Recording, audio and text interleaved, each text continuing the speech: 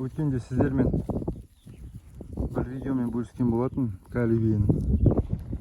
Ане жүр ортада. Үйіне әкеліп қайттан қосып жібердік. Жаз шыққасын құлыншағымен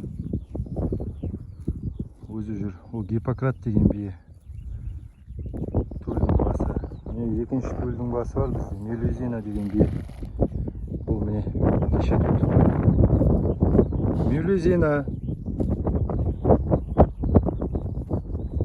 Осы екінші бие. Төлдің басы осы екі биеден басталды. Гиппократ пен Мелюзина деп қойдық атын. Содан бері тфа-тфа әйтеуір. Екеуі малдың басын көбейтіп, осындай жағдай жеткізді.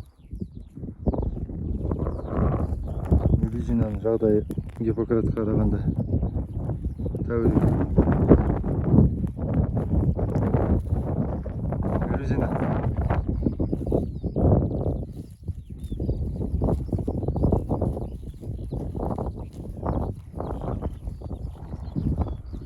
Кешкі уақыт жылқыларды тексеруге бір келіп кеттік. Міне айғыр келеді, Ақбақай деген айғыр.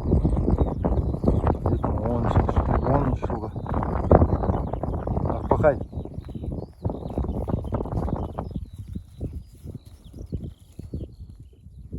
Қызғанып жүр бұл да. Ақбақай.